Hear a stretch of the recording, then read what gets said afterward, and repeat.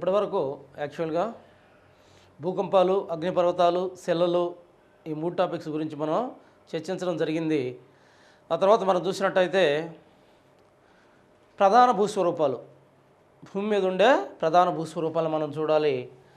యాక్చువల్గా ప్రధాన భూ స్వరూపాలు, దీనిలో ప్రధాన భూస్వరూపాలను మనం చూసినట్టయితే major land forms, that is called major land forms.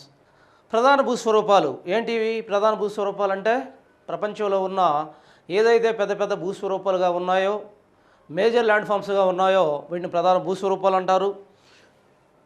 ప్రధాన భూస్వరూపాల్లో మనకి యాక్చువల్గా యాక్చువల్గా భూ అంతర్జనిత బలాల వల్ల ఏర్పడిన స్వరూపాలని బాహ్య బలాలు క్రమక్షయం వికోశీకరణం లాంటి చర్యల కారణంగా ఇవి ప్రధాన భూస్వరూపాలు ఏర్పడుతున్నాయి. ఏం జరుగుతుంది అక్కడ? భూపటలంలో లేదా అంతర్భూజలిత కారణంగా భూజనిత బలాల వల్ల యాక్చువల్గా ఏం జరుగుతుంది? భూస్వరూపాలు కొన్ని పైకి లేస్తున్నాయి. పైకి లేచిన భూస్వరూపాలు భూమి యొక్క బాహ్య కారకాల వల్ల అవి రకరకాల భూస్వరూపాలుగా ఏర్పడుతున్నాయి. వీటిని మేజర్ ల్యాండ్ ఫామ్స్ అంటారు. వీటిని 3 రకాలుగా మనం గుర్తించవచ్చు. ఏంటి ఆ 3 రకాలని మనం చూసినట్టయితే, ఒకటి యాక్చువల్గా ఈ 3 రకాల్లో ఒకటి పర్వతాలు, 2 పీఠభూములు,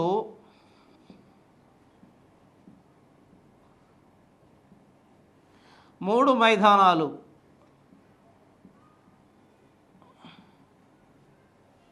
పర్వతాలు, పీఠభూములు, మైదానాలు ఈ మూడింటిని కూడా మేజర్ ల్యాండ్ ఫామ్స్ అని మనం చెప్పుకుంటాం. పర్వతాలు actually it is called mountains, పీఠభూములు it is called plateaus, and మైదానాలు వీటిని ఇంకా మనం చెప్పుకుంటాం యాక్చువల్గా ప్లెయిన్స్. ఈ మూడిటి యొక్క ఏర్పాటునే భూస్వరూపం మీద ఏదైతే భూమి యొక్క పై పటలం మీద ఏర్పడిన మేజర్ భూస్వరూపాలు ఇవే. ప్రపంచంలో నువ్వు ఎక్కడైనా చూడు, ఏం కనిపిస్తాయి మనకి? పర్వతాలు, పీఠభూములు, మైదానాలు ఒక ఆర్డర్లో కనిపిస్తూ ఉంటాయి. పర్వతాల నుంచి పీఠభూములు, పీఠభూముల నుంచి మైదానాలు ఒక ఆర్డర్లో మన క్రమంలో కనిపిస్తూ ఉంటాయి.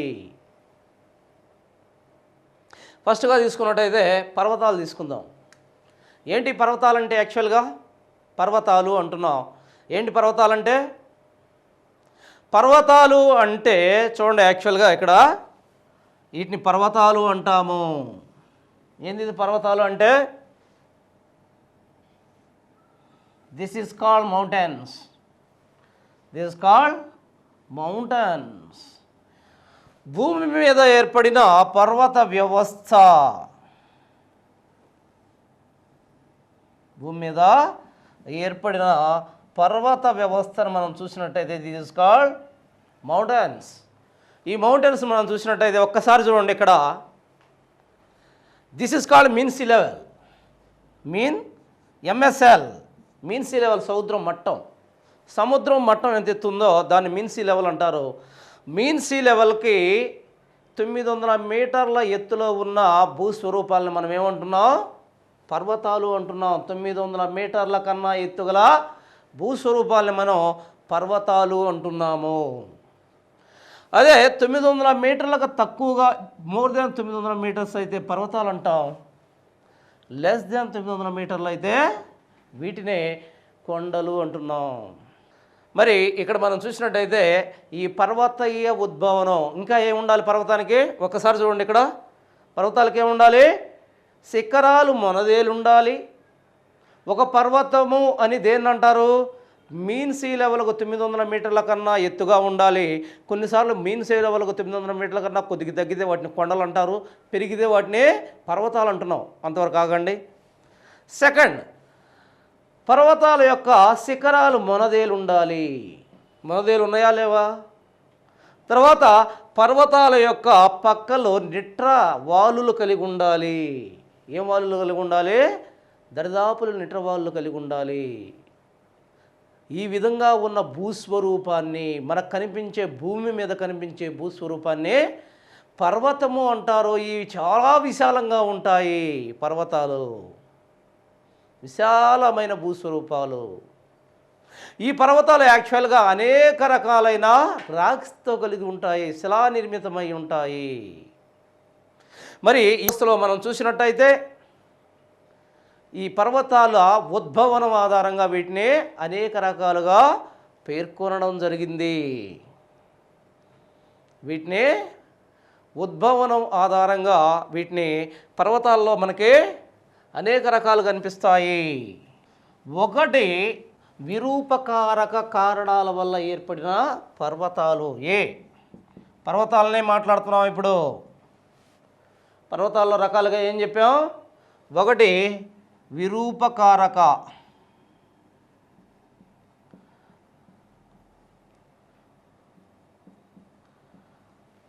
బి అవశిష్ట లేదా పరిశిష్ట,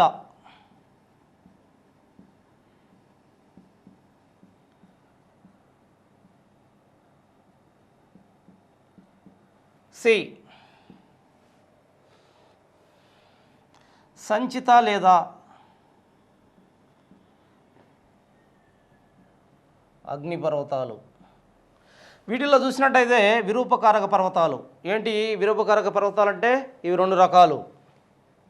ఒకటి ముడుత పర్వతాలు, రెండు ఖండ పర్వతాలు. ఖండచలన సిద్ధాంతంలో, పలక విరూపక సిద్ధాంతంలో ఏం జరుగుతుంది? యాక్చువల్గా పలక విరూపక సిద్ధాంతంలో మనకి ఏం చెప్పడం జరిగింది? పలక విరూపక సిద్ధాంతంలో రెండు పలకలు యాక్చువల్గా ఒకదానికొకటి దూరంగా పోవడం కానీ, ఒకదానికొకటి దగ్గరగా రావడం కానీ జరుగుతుంది. ఒకదానికొకటి స్లైడ్గా పోవడం జరుగుతుంది. మూడు రకాల చలనాలు చెప్పుకొచ్చాడు పలక విరూపణ సిద్ధాంతంలో. మరి ఈ విరూపకారక బలాల వల్ల మరి ఈ పర్వతాలు ఏ విధంగా ఏర్పడుతున్నాయి? దానివల్ల రెండు రకాల పర్వతాలు ఏర్పడ్డాయి. ఒకటి మృదు పర్వతాలు, రెండు ఖండ పర్వతాలు అని చెప్తున్నాం. మృదు పర్వతాలు మనం చూసినట్టయితే, ఏదైతే మృదు పర్వతాలు ఉన్నాయో వాటిల్లో మనం చూసినట్టయితే ఒకటి ఎలా ఏర్పడుతున్నాయి మృదు పర్వతాలు అని మనం చూస్తే, రెండు పలకలు ఉన్నాయి. ఈ రెండు పలకలు యాక్చువల్గా ఒకదానికొకటి దగ్గరగా జరిగాయి. రెండు పలకలు అనేది మీకు ఆల్రెడీ తెలిసి ఉండాలి. ఇప్పటికే భూపటలంలో అనేక పలకలుగా ఏర్పడ్డాయని మోర్గాన్ చెప్పాడని చెప్పాను. ఆ రెండింటిని కూడా చెప్పడం జరిగింది. సో రెండు పలకలు యాక్చువల్గా ఒకదానికొకటి దగ్గరగా వచ్చాయి. ఎప్పుడైతే రెండు పలకలు దగ్గరగా వచ్చాయో ఈ మధ్యలో, ఈ పలకల మధ్యలో ఉన్న సచిద్ర మండలం తేమతో కూడిన మరి బంక లాంటి యాక్చువల్గా ఏదైతే మెటీరియల్ మట్టి ఉందో ఆ మట్టి ఈ గట్టి పలకల మధ్య, రెండు పలకల మధ్య ఒత్తబడి యాక్చువల్గా మన చేతిలో కానీ గోధుమ పిండి ఒత్తితే ఏ రకంగా ముడతలబడి పైకి వస్తుందో అదేవిధంగా ముడతలబడి పైకి వస్తుంది. వాటినే మృదు పర్వతాలు అన్నారు. రెండు ఖండ పలకలు, మహాఖండ పలకలు ఒకదానికొకటి దగ్గరికి వచ్చేటప్పుడు కొన్ని లక్షల టన్నుల మట్టి, సచిద్రమైన మట్టి ఒత్తబడి అవే మృదు పర్వతాల రూపంలో ఏర్పడ్డాయని చెప్తారు. అయ్యే మృదు పర్వతాలంటే. సో ఫస్ట్ మనం మృదు పర్వతాలు తీసుకుందాం. దీంట్లోనే విరూపకారక పర్వతాల్లో మృదు పర్వతాలు తీసుకుని రెండు రకాలు. మృదు పర్వతాలు రెండు రకాలు. ఏ వచ్చేసి ప్రాచీన మృదు పర్వతాలు, బి నవీన మృదు పర్వతాలు. ప్రాచీన మృదు పర్వతాలు అంటే యాక్చువల్గా ఏంటి? ప్రాచీన మృదు పర్వతాలు అంటే 250 మిలియన్ సంవత్సరాలకు పూర్వం ఏర్పడిన మృదు పర్వత వ్యవస్థను ప్రాచీన మృదు పర్వత వ్యవస్థ అంటారు. 250 మిలియన్ సంవత్సరాలకు పూర్వం ఏర్పడిన మృదు పర్వత వ్యవస్థను మనం ప్రాచీన మృదు పర్వత వ్యవస్థ అంటాము. అంటే అతి పురాతనమైన మృదు పర్వతాలు. మరి ఈ మృదు పర్వతాల కిందకి ఏమొస్తాయి? ఉదాహరణలు జాగ్రత్తగా గుర్తుపెట్టుకోండి, మగ్గింగ్ చేయాలి వీటిని. ఉదాహరణ చూద్దాం. భారతదేశంలో ఆరావళి పర్వతాలు, అమెరికాలో, ఉత్తర అమెరికాలో అపలేచియన్ పర్వతాలు, మరి రష్యాలోని యూరాల్ పర్వతాలు, ఆస్ట్రేలియాలోని గ్రేట్ డివైడింగ్ రేంజ్. మరి ఈ గ్రేట్ డివైడింగ్ రేంజ్లో యాక్చువల్గా దక్షిణాన ఉన్న పర్వత వ్యవస్థను ఏమంటారు? ఆల్ప్ పర్వతాలు అంటారు. డివైడింగ్ రేంజ్కి దక్షిణంగా ఉన్న పర్వతాలని ఆల్ప్ పర్వతాలు అని మనం చెప్పడం జరుగుతూ ఉంది. ఇదే విరూపకారక పర్వతాల్లో, మృదు పర్వతాల్లో ప్రాచీన పర్వతాలు ఏంటి? 250 మిలియన్ సంవత్సరాలకి పూర్వం ఏర్పడిన పర్వతాలనే ప్రాచీన మృదు పర్వతాలు అన్నారు. సెకండ్ బట్ వన్, నవీన మృదు పర్వతాలు. ఏంటి నవీన మృదు పర్వతాలు అంటే?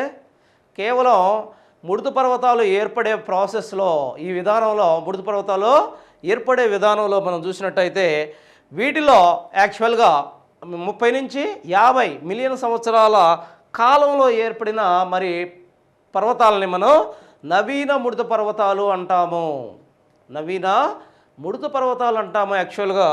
మరి ఈ నవీన మృదు పర్వతాలు ఎక్కడున్నాయి అని మనం కానీ చూసినట్టయితే ఎక్కడ కనిపిస్తాయి మనకి?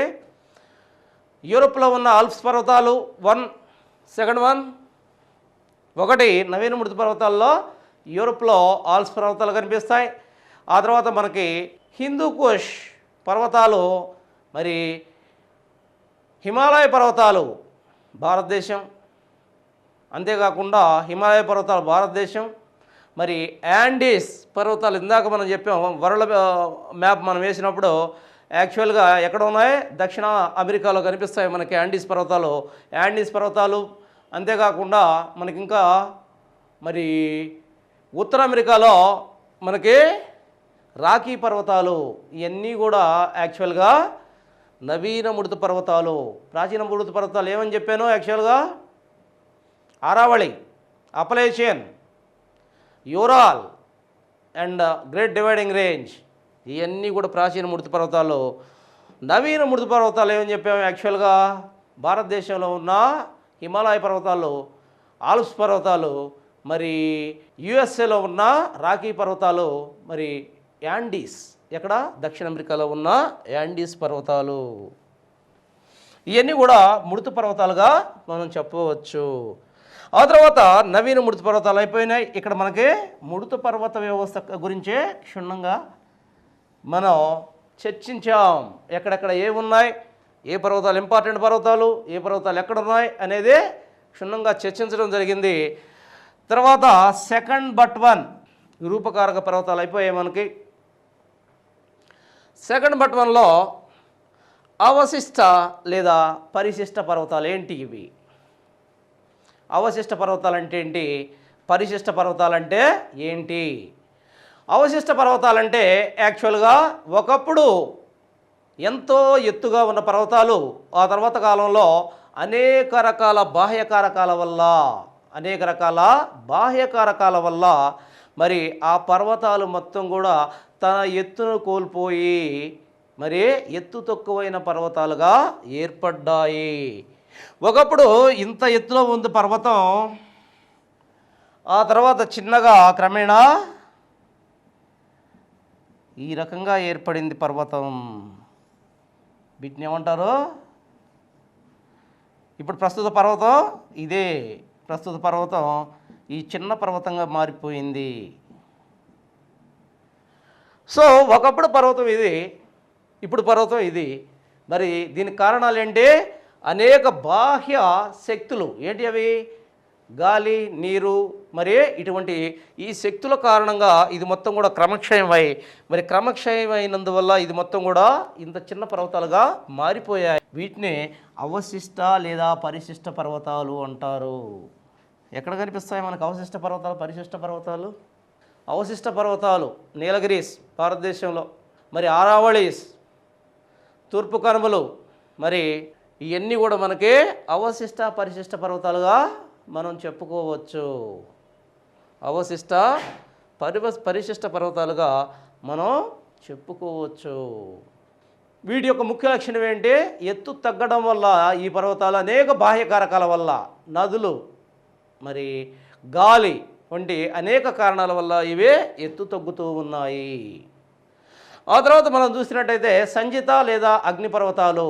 ఈ సంచిత లేదా అగ్నిపర్వతాలు మనం చూసినట్టయితే ఏంటి ఇవి? సంచిత లేదా అగ్నిపర్వతాలు అంటే ఇందాకే మనం చెప్పుకున్నాం. యాక్చువల్గా ఏదైతే భూ అంతర్భాగంలో శిలలు అధిక ఉష్ణోగ్రత అధిక పీడనం కారణంగా మరి శిలాద్రవంగా మారిన శిలాద్రవం అధిక మొత్తంలో భూమి యొక్క ఉపరితలానికి చేరినప్పుడు మరి అక్కడ ఏర్పడిన మరి దానివల్ల ఏర్పడిన పర్వతాలనే మనం సంచిత లేదా అగ్ని పర్వతాలు అంటాము. ఒక క్రేటర్ అంటే పైప్ లైక్ స్ట్రక్చర్ ద్వారా యాక్చువల్గా అంతర్భూపటలంలో ఉన్న మరి శిలాద్రవం పెద్ద మొత్తంలో ఆ పైప్ లైన్ నుంచి పైకి రావడంతో పైకి వచ్చి వెదజల్లి ఆ ప్రాంతంలో మనకి పర్వతాల రూపంలో ఏర్పడుతుంది. అలా పర్వతాల రూపంలో ఏర్పడినందువల్ల ఏర్పడే పర్వతాలను మనం అగ్ని పర్వతాలు అంటున్నాము. సో సంచిత లేదా అగ్నిపర్వతాలను మనం చూసినట్టయితే వీటిలో యాక్చువల్గా అధిక మొత్తంలో కింద నుంచి మరి ఏదైతే శిలా పదార్థం అధిక మొత్తంలో ఒక పైప్ లైన్ స్ట్రక్చర్ ద్వారా పైకి వెదజల్లబడ్డప్పుడు అక్కడ ఏం ఏర్పడుతుంది, చాలా పెద్ద మొత్తంలో ఒక అగ్ని పర్వతాలు ఏర్పడతాయి. మరి ఒక పర్వత వ్యవస్థ ఏర్పడుతుంది. ఆ పర్వతాలనే మనం అగ్నిపర్వతాలు లేదా అగ్నిపర్వత వ్యవస్థ అంటున్నాము. ఈ అగ్నిపర్వతాలను చూసినట్టయితే భారతంతాల్లో చూడొచ్చు. ఏంటి అవి?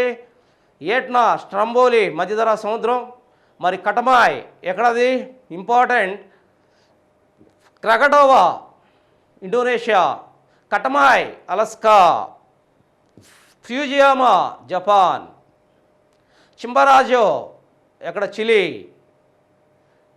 అకాన్కాగువా ఎక్కడది అర్జెంటీనా. సో ఇవన్నీ కూడా అగ్నిపర్వతాలే. ఈ అగ్నిపర్వతాలన్నీ కూడా సంచిత లేదా అగ్నిపర్వతాలు. ఇవన్నీ కూడా పర్వత వ్యవస్థ. ఏమని చెప్పుకున్నాం? పర్వతాలంటే సముద్ర మట్టానికి 900 మీటర్ల ఎత్తులో ఉండాలి, పైన శిఖరాలు కలిగి ఉండాలి, మరి వాలులో నిట్రంగా ఉండాలి. వీటినే ఏమంటున్నాం? పర్వత వ్యవస్థ అంటున్నాం. మరి పర్వతాల్లో విరూపకారకాల వల్ల ఈ పర్వతాలు ఏర్పడ్డాయి. మరి అవశిష్ట పర్వతాలు, పరిశిష్ట పర్వతాలు బాహ్య కారకాల వల్ల ఏర్పడ్డాయి. మరి సంచిత లేదా అగ్నిపర్వతాలు అనేవి అగ్నిపర్వతం అంటే భూ అంతర్భాగంలో ఉన్న శిలాద్రవం పైకి రావడం వల్ల ఏర్పడ్డాయి. సో కంప్లీషన్ ఇది. దీంతో మనకి యాక్చువల్గా పర్వతాలు కంప్లీట్ అయ్యాయి. ఈ పర్వతాలు అనేవి ఒక ఇంపార్టెంట్ ఏరియా. యాక్చువల్గా ఇక్కడ మనం చూసినట్టయితే పర్వతాల తర్వాత మనకి పీఠభూములు వస్తాయి.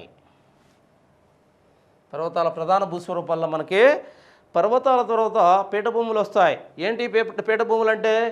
ఒక టేబుల్ ల్యాండ్ లాగా ఉంటాయి. ఏంది అసలు? మీన్ సీ లెవెల్కి 300 నుంచి 500 మీటర్ల ఎత్తులో ఉంటాయి. మీన్ సీ లెవెల్కి 300 నుంచి 500 మీటర్ల ఎత్తులో ఉంటాయి.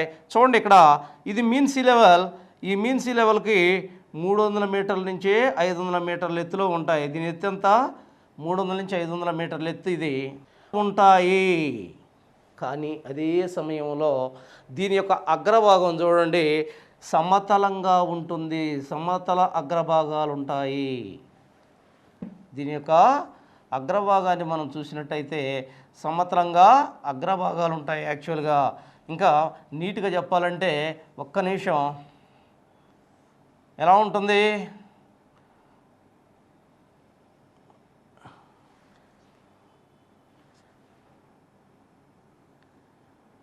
ఇది యాక్చువల్ పీఠభూమి ఈ రకంగా ఉంటుంది. దీంట్లో మనకేం కనిపిస్తుంది? ఇది పీఠభూమి మీన్ సీ లెవెల్కి 300 నుంచి 500 మీటర్ల ఎత్తులో ఉంటుంది. పై భాగం సమతలంగా ఉంటుంది.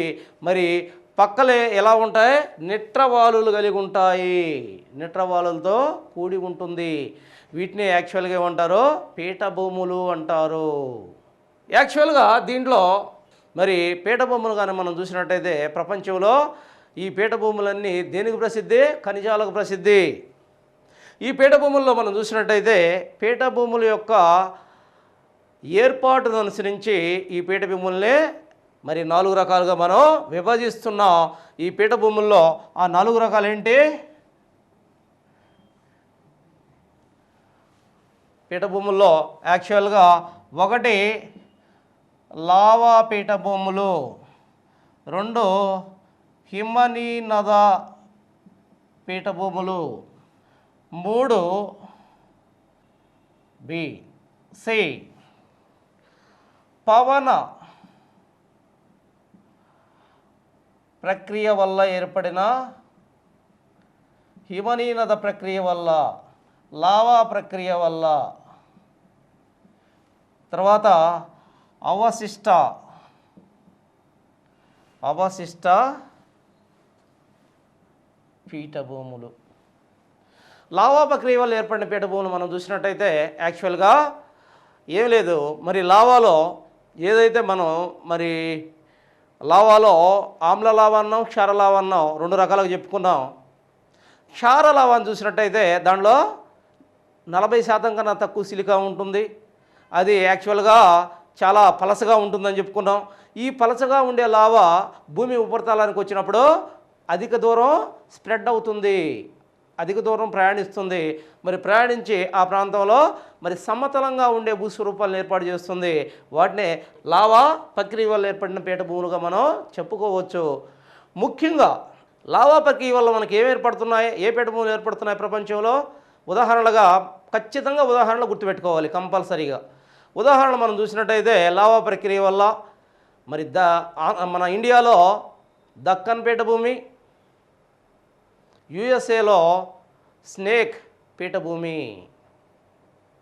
కొలంబియా స్నేక్ పీఠభూమి, కొలంబియన్ స్నేక్ పీఠభూమి ఒకటి, మరి దక్కన్ పీఠభూమి. ఈ రెండు మీరు ఖచ్చితంగా గుర్తుపెట్టుకోవాలి. లావా ప్రక్రియ వల్ల ఏర్పడిన పీఠభూములుగా వీటిని గుర్తుపెట్టుకోవాలి.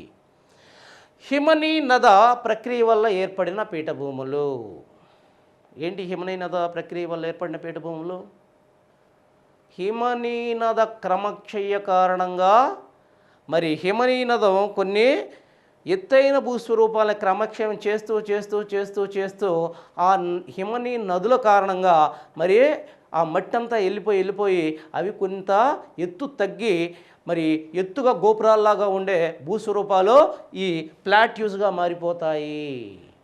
అవి ఎక్కడ జరిగినాయి యాక్చువల్గా ప్రపంచంలో ఎక్కడ కనిపిస్తాయి మనకి అని చూసినట్టయితే ముఖ్యంగా రష్యన్ పీఠభూమి, ఫిన్లాండ్ పీఠభూమి, ఇవన్నీ కూడా హిమనీనద క్రమక్షయ వల్ల జరిగిన పీఠభూములుగా మనం గుర్తించవచ్చు. తర్వాత పవన ప్రక్రియ వల్ల జరిగిన పీఠభూములు ఏంటి? పవన ప్రక్రియ కొన్నిసార్లు పవనాలు నిక్షేపణ చేస్తూ ఉంటాయి. ఈ పవనాలు నిక్షేపణ చేయడం వల్ల కొన్ని పీఠభూమి రకంగా మారిపోతూ ఉంటాయి. మైదానాలకు ఏర్పడిన తర్వాత అవే పీఠభూములుగా మారిపోతాయి. వాటిని పవన ప్రక్రియ కారణంగా ఏర్పడిన పీఠభూములుగా చెప్పవచ్చు. ఉదాహరణ చూసినట్టయితే చైనాలోని లోయస్ పీఠభూమి. మరి ముఖ్యంగా గుర్తుపెట్టుకోవాల్సింది పవన ప్రక్రియ కారణంగా ఏర్పడిన పీఠభూమి అంటే ముఖ్యంగా గుర్తుపెట్టుకోవాల్సింది పాకిస్తాన్లోని పాట్వార్ పీఠభూమి. జాగ్రత్త గమనించాలి. పాకిస్తాన్లోని పాట్వార్ పీఠభూమిని గుర్తుపెట్టుకోవాలి. ఇది పవన ప్రక్రియ వల్ల. అవశిష్ట పీఠభూములు చాలా ఇంపార్టెంట్. అవశిష్ట పీఠభూములన్నీ కూడా ఖనిజాలుగా ప్రసిద్ధి చెందిన పీఠభూములే. ఈ అవశిష్ట పీఠభూములు మనం చూసినట్టయితే యాక్చువల్గా ఈ అవశిష్ట పీఠభూముల్లో ముఖ్యంగా మనం చూస్తే భారతదేశంలో చోటానాగపూర్ పీఠభూమి, దీన్ని రూర్ ఆఫ్ ఇండియా అన్నారు, ఖనిజాల కాచాణా అన్నారు, అనేక రకాలుగా పిలవడం జరుగుతూ ఉంది. దీన్నే చోటానాగపూర్ పీఠభూమి. అదే మధ్యప్రదేశ్లో చూసినట్టయితే బుందేల్ఖండ్, బాఘేల్ఖండ్ పీఠభూములు, మరి దక్కన్ పీఠభూమి. ఈ పీఠభూములన్నీ కూడా భారతదేశంలో దక్కన్ పీఠభూమి, ఈ పీఠభూములన్నీ కూడా అవశిష్ట పీఠభూముల కిందకు వస్తాయి. ముఖ్యంగా మనం ఒక్క విషయం గుర్తుంచుకోవాలి, భారతదేశంలో ఉన్న దరిదాపుల పీఠభూములన్నీ కూడా అవశిష్ట పీఠభూములే. దీన్ని యాక్చువల్గా పీఠభూముల్లో ఆ పీఠభూములు ఏర్పడే విధానం ఆధారంగా మనం వాటిని డీవియేట్ చేయడం జరిగింది. అయితే ఇంకొక వర్గీకరణ ఉంది పీఠభూముల్లో. ఇది యాక్చువల్గా ఏర్పడే ప్రక్రియ. లావా ప్రక్రియ కారణంగా ఏర్పడే పీఠభూములు, హిమనీనద ప్రక్రియ కారణంగా ఏర్పడిన పీఠభూములు, పవన ప్రక్రియ వల్ల ఏర్పడిన పీఠభూములు, అవశిష్ట పీఠభూములు అంటే ఏంటి మనం చూసాం, అంటే ఏర్పడే విధానాన్ని గురించి. ఇప్పుడు అదే కాకుండా అవి ఉండే చోటును బట్టి, పీఠభూములు ఉండే చోటును బట్టి మనం మళ్ళీ 3 రకాలుగా వివరిస్తాం. పర్వతాంతర, పర్వతపాద,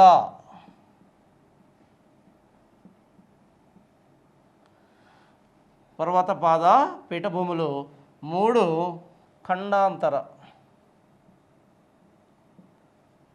3 రకాలుగా మనం చెప్పడం జరుగుతుంది.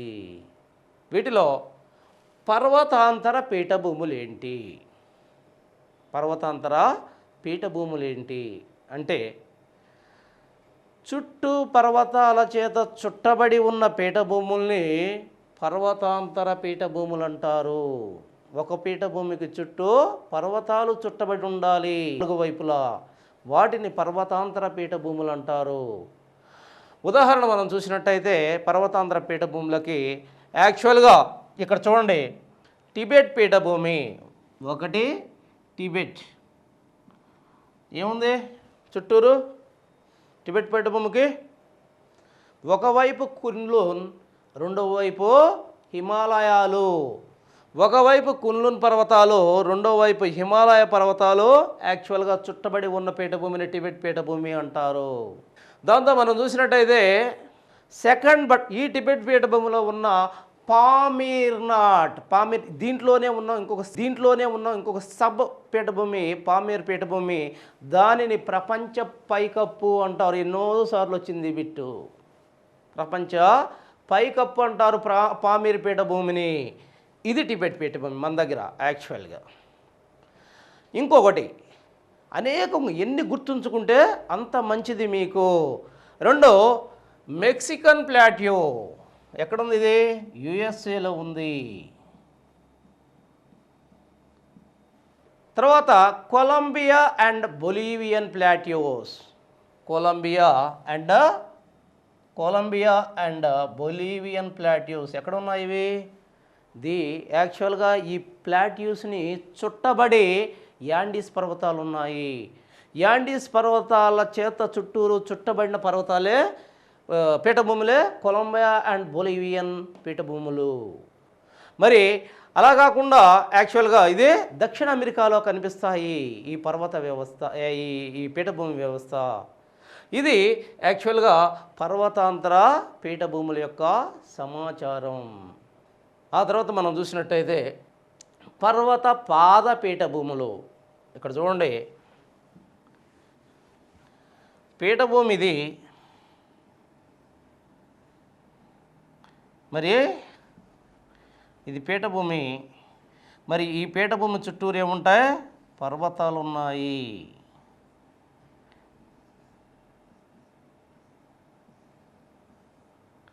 ఇది మధ్యలో ఉన్న పీఠభూమి. ఇది పర్వతాంతర పీఠభూమి. అలా కాకుండా పర్వత పాద పీఠభూమి అంటే ఏంటి? పెద్ద మౌంటైన్ ఉంది ఒకటి ఇక్కడ. ఇక్కడ చూడండి యాక్చువల్గా. ఆ తర్వాత ఏముంది? ఇది పీఠభూమి.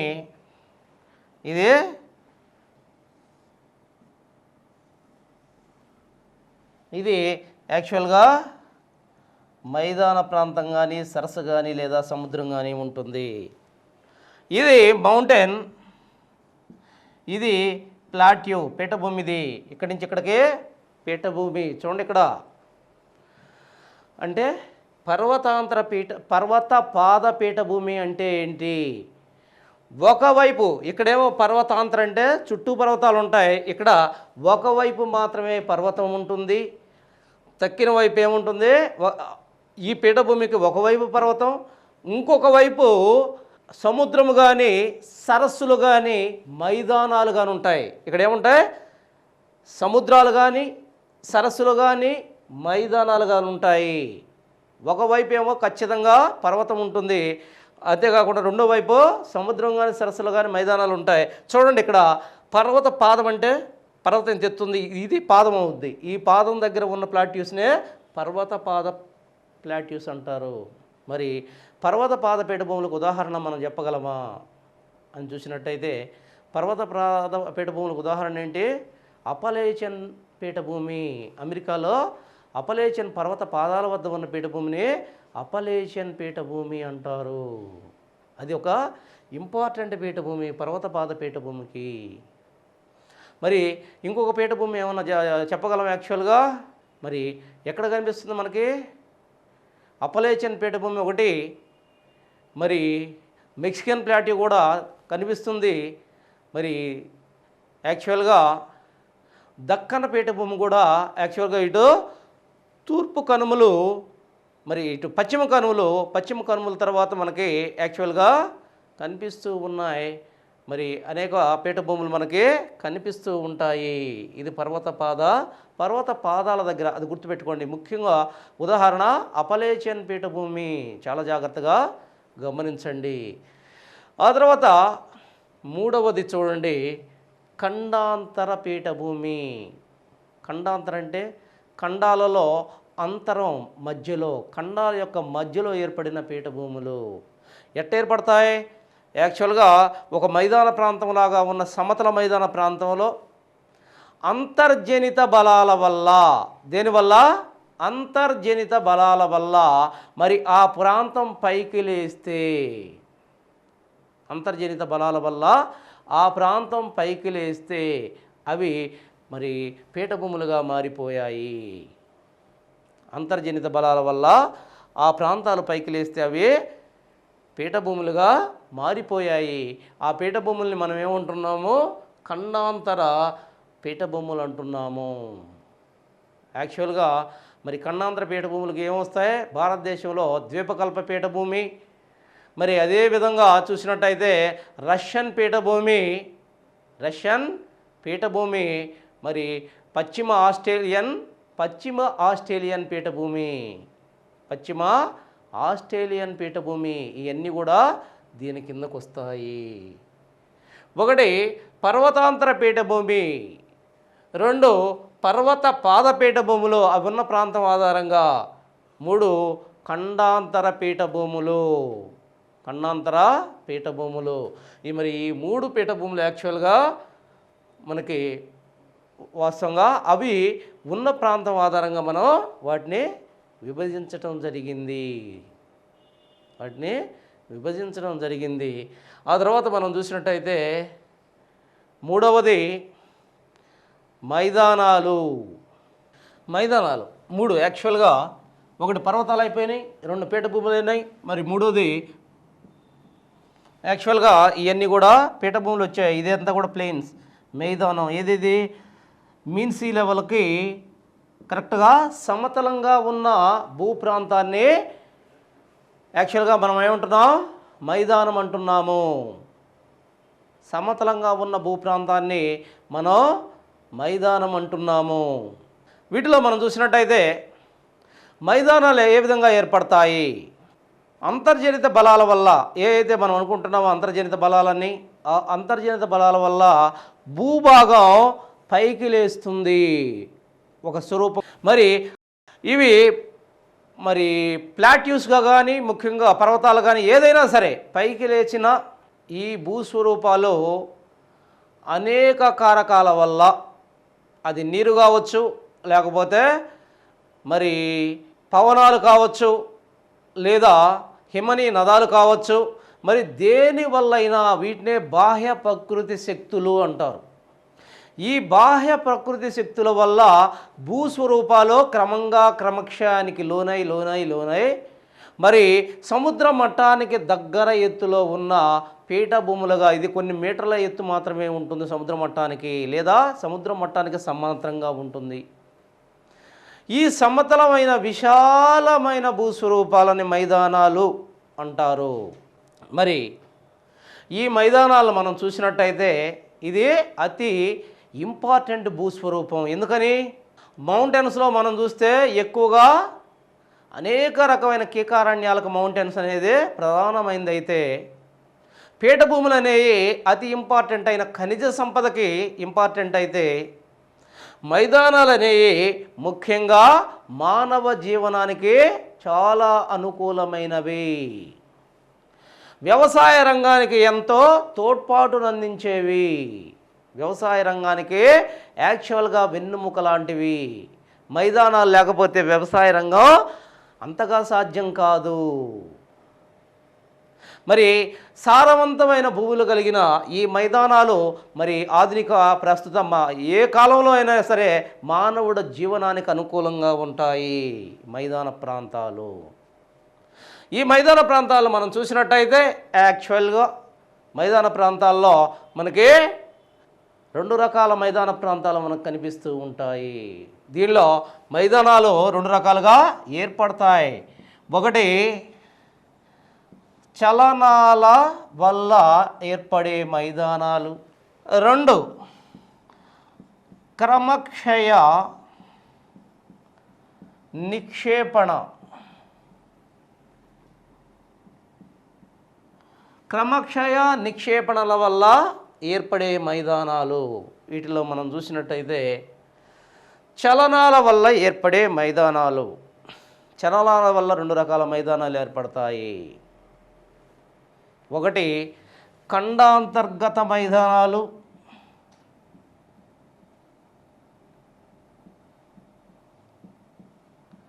2 తీర మైదానాలు. ఖండాంతర్గత మైదానాలు, ఈ చలనాల వల్ల ఏర్పడే మైదానాల్లో ఖండాంతర్గత మైదానాలు, 2 తీర మైదానాలు. ఖండాంతర్గత మైదానాలు మనం చూసినట్టయితే ఖండాల యొక్క అంతర్భాగంలో వారి చలనాల వల్ల ఏర్పడే మైదానాలు. ఈ ఖండాంతర్గత మైదానాలకు ఉదాహరణగా మనం రష్యన్ మైదానాలు, అమెరికన్ మైదానాలు. ఈ రష్యా, అమెరికా దేశాల్లో మనం చూసినట్టయితే వాటి మధ్య భాగాల్లో ఏర్పడి ఉన్న మైదానాలు మొత్తం కూడా ఖండాంతర్గత మైదానాలే. ఆ తర్వాత తీర మైదానాలు. ఏంటి తీర మైదానాలు అంటే, తీర ప్రాంతాల్లో ఖండాల యొక్క అంచు భాగాల్లో మరి ఊర్ధ్వ బలాల కారణంగా ఖండాల యొక్క అంచుల ప్రాంతాలు మరి పైకి ఉబుకుతాయి. పైకి మరి ఈ తీర ప్రాంతాలు పైకి లేపబడతాయి. తీర ప్రాంతాలు అప్పుడు ఏర్పడిన మైదానాలనే తీర మైదానాలు అంటారు. యాక్చువల్గా తీర ప్రాంతం కొంత సముద్రంలో ఉంటుంది, సముద్రం నీరు దాని మీద ఉంటుంది. కొన్నిసార్లు ఏమవుతుంది, ఆ తీర భాగాలు చాలా పెద్ద మొత్తంలో కొన్ని అంతర్గత బలాల వల్ల పైకి లేపబడతాయి. దాంతో తీర మైదానాలు ఏర్పడతాయి. మరి ఈ తీర మైదానాలని యాక్చువల్గా ఎగ్జాంపుల్ చాలా ఇంపార్టెంట్. మీకు కంపల్సరీగా అర్థం చేసుకోవాలి, ఎగ్జాంపుల్ గుర్తుండాలి. ఒకటి తీర మైదానాల్లో మనకి ఇంపార్టెంట్ ఏంటి, అపలేచియన్ తీర మైదానం, బెల్జియం తీర మైదానం, నెదర్లాండ్స్ తీర మైదానం. ఈ 3 గుర్తుపెట్టుకోండి. అపలేచియన్ తీర మైదానం, బెల్జియం తీర మైదానం, అంతేకాకుండా మరి అపలేచియన్, బెల్జియం తీర మైదానం, మరి నెదర్లాండ్స్ తీర మైదానం. ఈ 3 తీర మైదానాలని గుర్తుపెట్టుకోండి. దీంతో చలనాల వల్ల ఏర్పడే మైదానాల గురించి మనం క్షుణ్ణంగా చర్చించాం. జాగ్రత్త. దీనిలో 2 రకాలు, ఖండాంతర్గత మైదానాలు, తీర మైదానాలు. ఈ చలనాల వల్ల ఖండాంతర్గత మైదానాలు, 2 తీర మైదానాలు. ఈ 2 కూడా ఇక్కడ గమనించాలి మనం, ఈ చలనాల వల్ల. అంతేకాకుండా క్రమక్షయ లేదా నిక్షేపణ మైదానాలు, ఇది ఇంపార్టెంట్. దీంట్లో క్రమక్షయ కారణంగా మరి నిక్షేపణ కారణంగా అనేక మైదానాలు ఏర్పడుతున్నాయి. వాటిలో మనకి ఒకటి నదీ క్రమక్షయం, 2 పవన క్రమక్షయం, 3 హిమనీనద క్రమక్షయం, 4 అంతర్భూజల క్రమక్షయం, 5 సముద్ర తరంగ,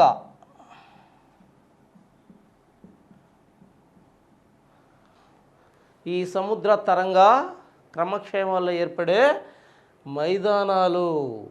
వీటిలో చూసినట్టయితే యాక్చువల్గా ఈ నది, ఈ క్రమక్షయ, మరి క్రమక్షయం అంటే ఏదైనా సరే ఒక ఎత్తైన ప్రాంతాన్ని నదులు కానీ, హిమనీనదాలు కానీ, పవనాలు కానీ క్రమక్షయం చేస్తూ ఉంటాయి. మరి ఆ క్రమక్షయం వల్ల ఏర్పడే మైదానాలు, ఆ క్రమక్షయం అయిన మట్టిని తెసిపోయి ఇంకొక ప్రాంతంలో నిక్షేపణం చేసినప్పుడు అక్కడ ఏర్పడే మైదానాలు, వాటిని గురించి మనం మాట్లాడుతున్నాం. క్రమక్షయం అంటే ఒక ప్రాంతంలో ఉన్న మొత్తం కూడా ఈ కారణంగా క్రమక్షయం జరగటం. ఆ క్రమక్షయం జరిగినప్పుడు యాక్చువల్గా ఇలా ఉంటుంది. ఒక ఒక ప్రాంతం ఇలా ఉంటుందనుకోండి, క్రమక్షయం జరిగినప్పుడు అది చిన్నగా చిన్నగా చిన్నగా చిన్నగా ఇట్టాయి ఈ రకంగా దగ్గిపోతూ ఉంటుంది, మైదానంగా మారిపోతుంది. దానివల్ల ఏర్పడిన మైదానాలు ఆ తర్వాత ఇక్కడ క్రమక్షయాన్ని ఈ పదార్థం మళ్ళీ ఇంకొకటి ఇక్కడికి తీసుకుపోయేసి నిక్షేపణ చేస్తూ ఉంది. మరి ఈ ప్రాంతంలో ఈ విధంగా నిక్షేపణ చేస్తే దీన్ని ఏమంటారు? మైదానం అంటారు. ఈ నిక్షేపణ మైదానాలు మరి దీంట్లో నదీ మైదానాలు, నదుల వల్ల ఏర్పడే మైదానాల్లో మనం రెండు చూడవచ్చు. ఒకటి క్రమక్షయ మైదానం, రెండు నిక్షేపణ మైదానం. క్రమక్షయ మైదానాల్లో మనం చూసినట్టయితే యాక్చువల్గా క్రమక్షయ మైదానంలో మనకేం కనిపిస్తుంది? క్రమక్షయ మైదానాల్లో మరి నదుల క్రమక్షయం వల్ల ఏర్పడ్డ మైదానాలనే పెనిప్లేన్స్ అంటారు. ఏమంటారు? పెనిప్లేన్స్. గుర్తుపెట్టుకోవాలి, పెనిప్లేన్స్. నదుల క్రమక్షయం వల్ల ఏర్పడ్డ మైదానాలనే పెనిప్లేన్లు అంటారు. ఇది నదుల యొక్క క్రమక్షయం వల్ల ఏర్పడతాయి, వీటిని పెనిప్లేన్లు అంటారు. అలా కాకుండా నదుల యొక్క నిక్షేపణల వల్ల ఏర్పడిన మైదానాలను ఏమంటారు? ఏర్పడిన మైదానాలు. మరి ఈ నదుల నిక్షేపణలు ఏర్పడిన మైదానాలు 3 రకాలు. వాటిని మనం చూసినట్టయితే ఏంటి అవి? 3 రకాల్లో నదుల నిక్షేపణ కారణంగా ఏర్పడతాయి ఇవి. వాటిని యాక్చువల్గా వండలి వీవెనలు, 2 వరద మైదానాలు. వండలి వీవెనలు, వరద మైదానాలు, డెల్టా మైదానాలు. వీటిలో చూసినట్టయితే నిక్షేపణ కారణంగా ఏర్పడిన మైదానాల్లో వండలి వీవెనలు ఏది? సపోజ్ ఒక పర్వత ప్రాంతాల మీద, హిమాలయ పర్వతాల తీసుకుందాం.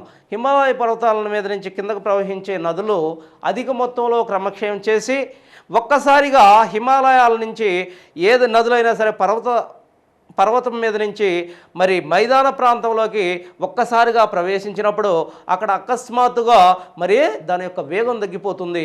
అటువంటిప్పుడు ఏం చేస్తాయి? తనతో పాటు వేగంగా తీసుకొచ్చిన అనేక రకాలైన అశ్రేణీకృత అంటే యాక్చువల్గా శ్రేణి ఉండదు, రాళ్ళు, రప్పలు, చిన్న చిన్న పెబుల్స్, మట్టి అంతా అంటే అన్ని రకాల పదార్థాలు ఒక గుంపుగా, ఒక గుట్టగా అక్కడ వదిలేసి నది మళ్ళీ ప్రయాణించడం జరుగుతుంది. ఎందుకని? అకస్మాత్తుగా దాని వేగం తగ్గుతుంది. నది ఈ విధంగా ప్రయాణిస్తున్నప్పుడు ఒక్కసారిగా ఇక్కడ మరి దాని యొక్క వేగం తగ్గిపోతుంది. అటువంటిప్పుడు ఏం చేస్తుంది అది? మరి ఈ ప్రాంతాల్లో అక్కడ ఏం చేస్తుంది? ఇక్కడ ఇంకా ప్లాట్యూస్ కాకుండా మీకు క్లియర్ కట్గా చూపిస్తాను. ఇక్కడ యాక్చువల్గా నది ఈ విధంగా ప్రవేశిస్తుంది. అకస్మాత్తుగా ఇక్కడికి వచ్చినాక దాని వేగం గుద్దుకొని కిందకి వేగం తగ్గినప్పుడు ఆ ప్రాంతంలో గుట్టలుగా మట్టిని వదిలేస్తుంది. ఆ మట్టి వల్ల ఏర్పడిన అశ్రేణీకృత మట్టి వల్ల ఏర్పడిన మైదానాలను మనం ఏమంటున్నాం? యాక్చువల్గా దాన్నే వండల వీవెనలు అంటాము. దాన్నే యాక్చువల్గా భారతదేశంలో ఏమంటారో బఫర్ జోన్ అంటాం మనం మామూలుగా. మన భారతదేశంలో బఫర్ జోన్ అంటాం. వీటినే వండల వీవెనలు అంటారు. పవనాల వల్ల 2 రకాల మైదానాలు ఏర్పడతాయి. పవన క్రమక్షయం వల్ల ఏర్పడే మైదానాలని పెడిప్లేన్స్ అంటారు. ఇందాక దీని క్రమక్షయం వల్ల ఇక్కడ కూడా చూడండి, మీరు కన్ఫ్యూజ్ అవ్వద్దు. దీని క్రమక్షయం వల్ల, పవన క్రమక్షయం వల్ల పెడిప్లేన్లు,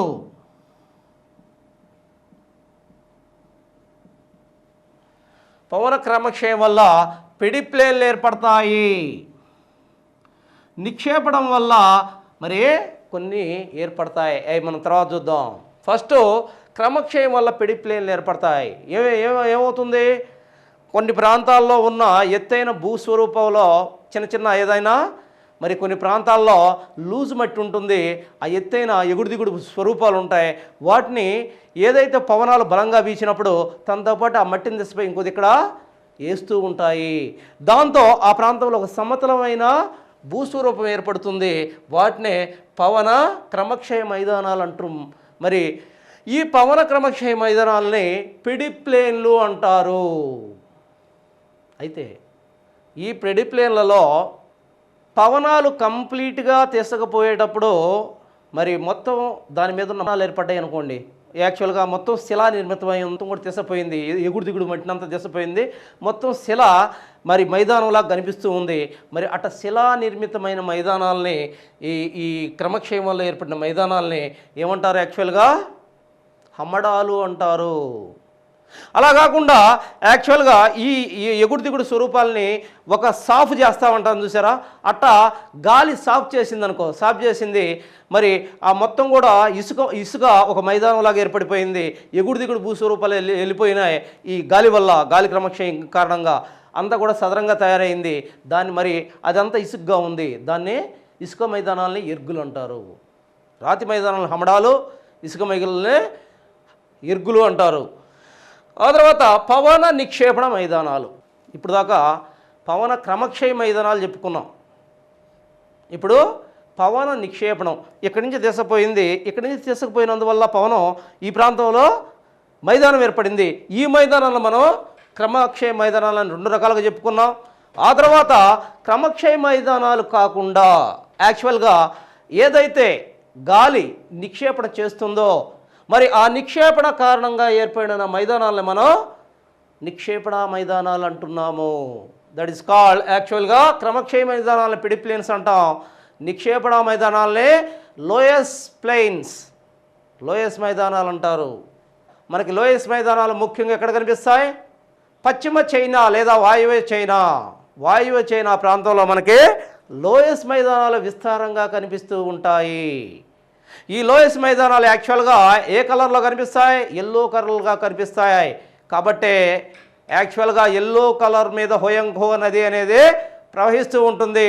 తద్వారా దాంట్లో ఏం ఏర్పడుతుంది మనకి? యాక్చువల్గా హోయంగ్హో నది, ఎల్లో రివర్ అంటారు. అది దాని మీద ప్రవహిస్తూ యాక్చువల్గా అక్కడ సముద్ర భాగాన్ని కలవడం వల్ల మరి ఆ నీరు ఎల్లో కలర్లో ఉండి ఆ ప్రాంతంలో ఎల్లో సీ ఏర్పడింది. పసుపు నది ఎక్కడ? చైనా సముద్రంలో.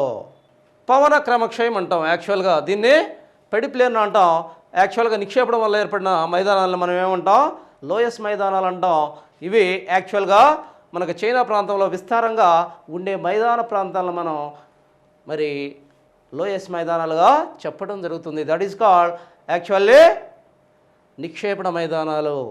ఆ తర్వాత హిమనీనద మైదానాలు మనం చూసినట్టయితే ప్రపంచంలో హిమనీనద మైదానాలన్నీ కూడా యూరోప్ దేశాలు, ఆ పై దేశాల్లో మనకి విశిష్టంగా కనిపిస్తాయి. ఇవి హిమనీనద మైదానాల్లో మనం చూసినట్టయితే హిమనీనద మైదానాలన్నీ కూడా హిమనీ నదాలు ప్రవహిస్తున్నప్పుడు అవి క్రమక్షయం చేయడం వల్ల ఏర్పడిన మరి సమతల భూపటలాన్ని మనం హిమనీనద మైదానం అంటాం. హిమనీనద మైదానంలో మనం చూసినట్టయితే యాక్చువల్గా 2 కనిపిస్తాయి ఇక్కడ కూడా. ఒకటి వచ్చేసి క్రమక్షయ మైదానం, 2 నిక్షేపణ మైదానం. క్రమక్షయ మైదానంలో మనం చూసినట్టయితే క్రమక్షయ మైదానాలన్నీ కూడా గోళాంశ మృత్తిక మైదానాలు అంటారు. వీటిని గోళాంశ మృత్తిక మైదానాలు అంటారు. క్రమక్షయ మైదానాలన్నింటినీ కూడా యాక్చువల్గా ఇవన్నీ కూడా ఎక్కడ కనిపిస్తాయి? హడ్సన్ అఖాతం. ఎక్కడైతే మనకి యాక్చువల్గా ఉత్తర అమెరికా దగ్గర హడ్సన్ అఖాతం అనేది ఉంది.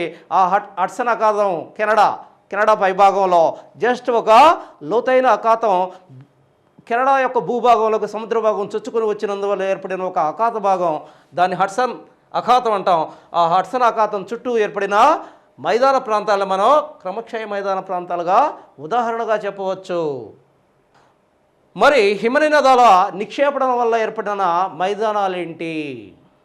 మరి ఈ హిమనదాలు తీసుకొచ్చేసి ఒక మరి సచిద్రమైన ఈ మొరైన్ మైదానాలు మనం చూసినట్టయితే ఎక్కడున్నాయి ఈ మైదానాలని మనం చూసినట్టయితే ప్రపంచంలో యాక్చువల్గా ఫిన్లాండ్, ఇవన్నీ కూడా ఎక్కడ యూరోపియన్ కంట్రీస్లో ఎక్కువగా కనిపిస్తాయి. ఈ మైదానాలన్నీ కూడా యూరోపియన్ కంట్రీస్లో ఎక్కువగా కనిపిస్తాయి. ఆ తర్వాత అంతర్భూజల మైదాన వ్యవస్థ ఒక్కసారి మనం చూసినట్టయితే అంతర్భూజలం అంటే భూమి యొక్క పటలంలో కింద కొన్ని కిలోమీటర్ల లోతు లేదా కొన్ని మీటర్ల లోతులో మనకి అంతర్భూజలం ఎప్పుడు కూడా ప్రవహిస్తూ ఉంటుంది. ఈ భూజలం అంతర్భూజలం ప్రవహిస్తూ ఉన్నప్పుడు ఏ ప్రాంతాల్లో అయితే కాల్షియం కార్బోనేట్ లేదా జిప్సమ్ ఇటువంటి ఖనిజ ప్రాంతాలు ఉంటాయో ఆ ఖనిజ ప్రాంతాలని ఈ నీరు తాకినప్పుడు ఆటోమేటిక్గా ఆ ఖనిజాలు కరిగిపోతాయి ఈ నీటిలో. మరి కరిగిన ఆ నీరు తీసపోయి ఇంకోది ఇక్కడ నిక్షేపణం చేయడం వల్ల లేదా ఆ ప్రాంతాల్లో ఈ ఖనిజాలు కరగడం వల్ల ఒక మైదానాన్ని మనం టెర్రా రోజా అని చెప్పి మనం చెప్పడం జరుగుతుంది. మరి దీన్నే అంతర్భూజల మైదాన ప్రాంతాలు అంటారు. ఇటు యాక్చువల్గా ఇవి స్విట్జర్లాండ్ ఈ ప్రాంతాల్లో అత్యధికంగా మనకు కనిపిస్తాయి. ఆ ప్రాంతాల్లో వీటిని టెర్రా రోజా మైదానాలు అంటారు.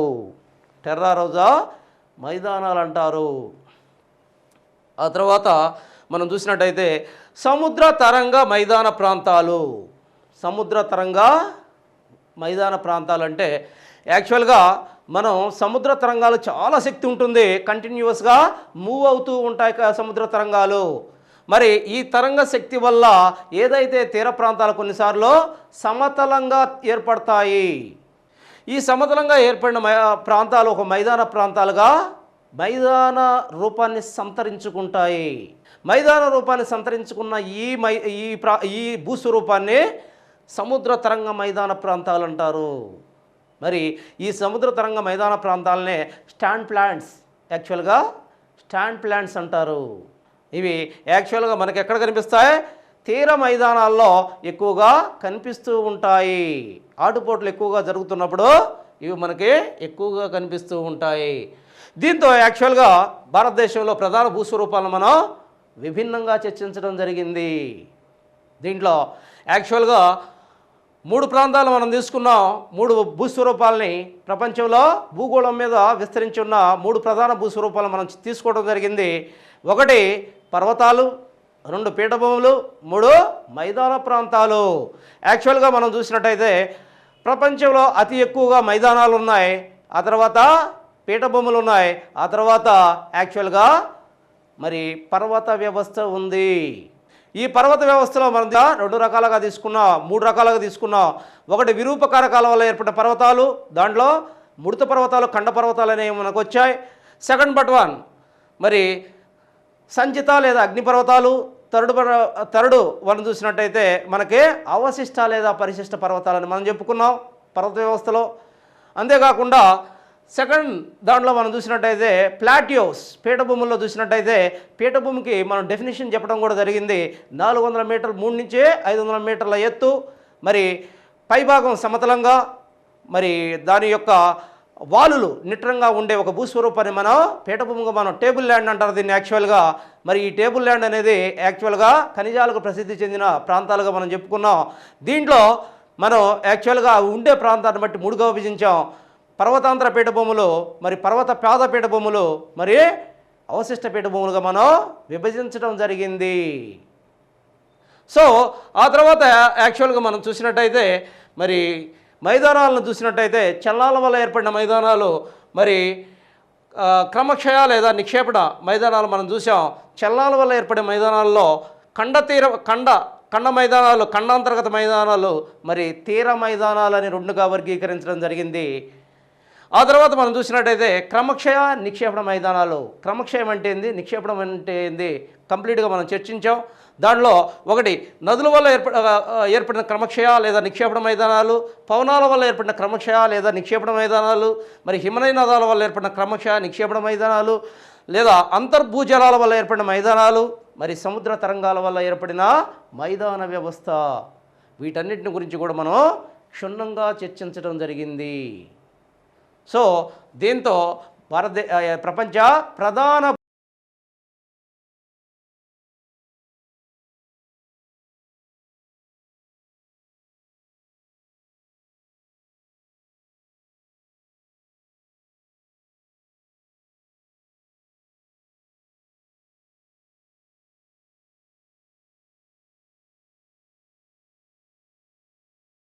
సో దీనిలో మీరు ఒక్కటే గుర్తుపెట్టుకోవాలి, కంప్లీట్గా దీని యొక్క కాన్సెప్ట్ అర్థం కావడం పెద్ద కష్టం కాదు. చాలా యాక్చువల్గా హై స్కూల్ బేస్ ఉంటుంది. కానీ దీంట్లో కష్టంగా గుర్తుపెట్టుకోవాల్సింది ఏంటంటే వాటి యొక్క వర్గీకరణ. 2 దేనికి సంబంధించి దానికి ఖచ్చితంగా ఉదాహరణలతో సహా కంపల్సరీగా గుర్తుపెట్టుకోవాలి. That is the most important. Okay, దీంతో మనకి యాక్చువల్గా ప్రధాన భూస్వరూపాలు అయిపోయాయి.